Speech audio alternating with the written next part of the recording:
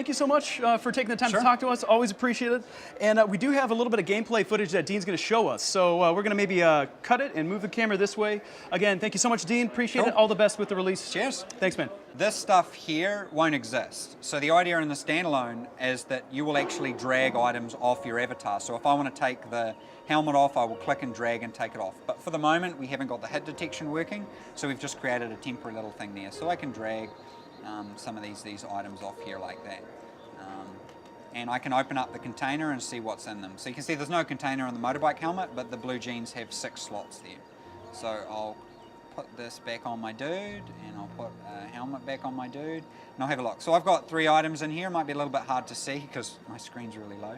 But so there's a gas cooker top, there's a disinfectant spray, and some beans here. So if I want to craft it, if I can hold it over items and I can see what I can craft and what I can't. So you can see that goes red, which means I can't do anything. That goes orange, which means I can. So if I hold it over it, I can disinfect the item.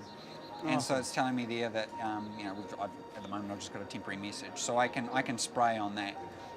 So with the beans, and I can eat them and stuff like that. So like the context menus, right? yeah. So obviously the possibilities are pretty huge there with us for what we want to do.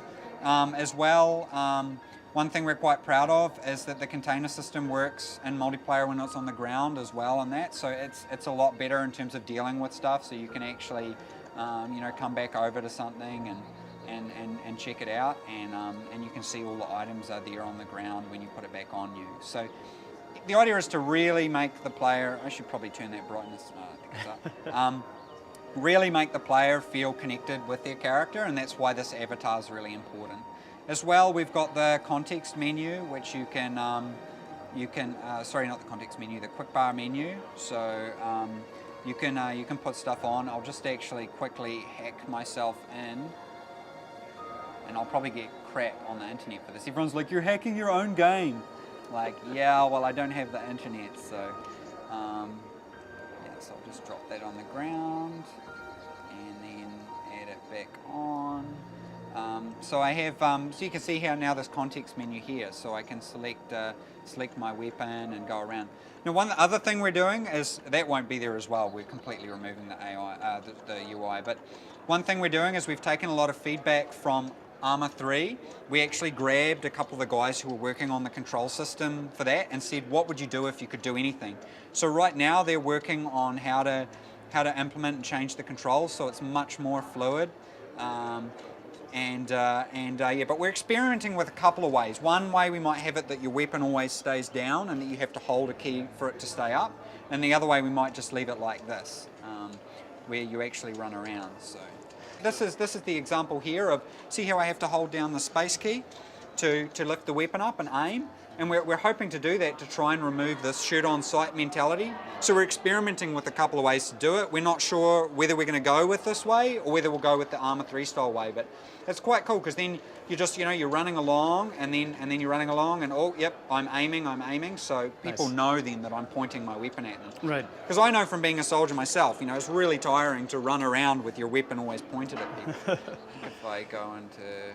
Is there going to be third person as well as first person? I know some servers on the DayZ, you know, would only have first person, and some would give the option of first and third. Yeah, so we like a lot of people are purists and say we just want first person. One thing we're doing is, those in the game industry will know that often you have a separate skeleton for where your weapon is in first person from third person. Arma doesn't have that. So that's why sometimes our first person view looks a bit terrible where the weapon's placed.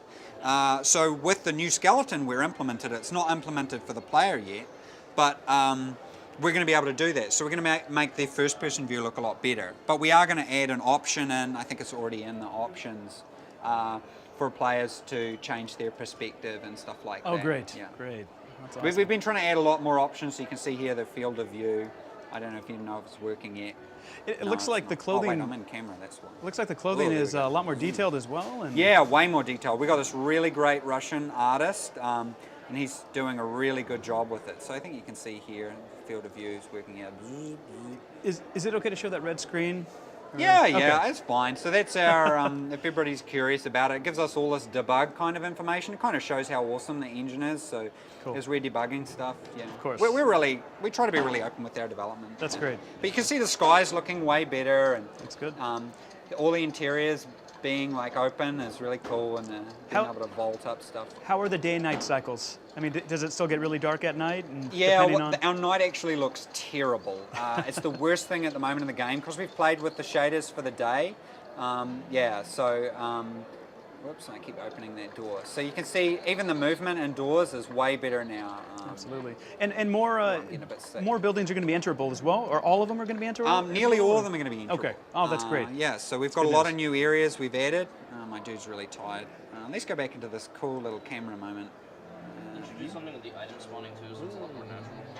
Yeah, it is. I wish I could show that right now. I'm going to try and show it in the panel.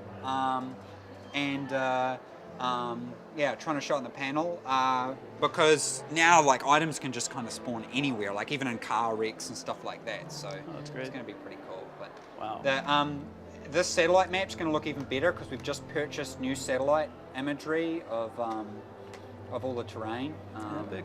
So you can see even on this crappy little laptop, it's still looking. It really looks good. delicious. How is the map? I know the map's improved. I know you guys have added some stuff. Are you going to focus on one map?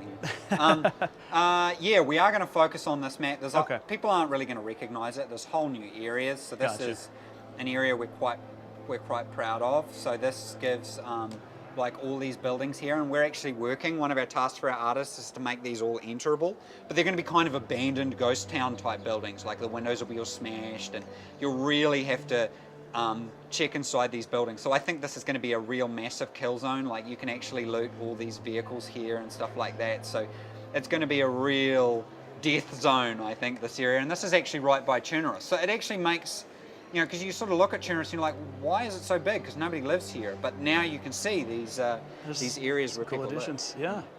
A lot of bandits are going to be hiding out there with their can of beans. Yeah, and- it's going to be pretty challenging. So. Very cool. Well, thank you so much for showing us that. That's just that's awesome. Yeah, look, Definitely. it's got a long way to go. You know, but we're getting very close to that alpha, and we're spending a lot of time to make it, you know, it feel a lot better, and yeah. I will tell you, if anything, it's better to delay a game and make it better than release it too soon. Yeah. So, very cool. Thanks again, Dean. Appreciate Cool. it. Awesome. Appreciate it, man.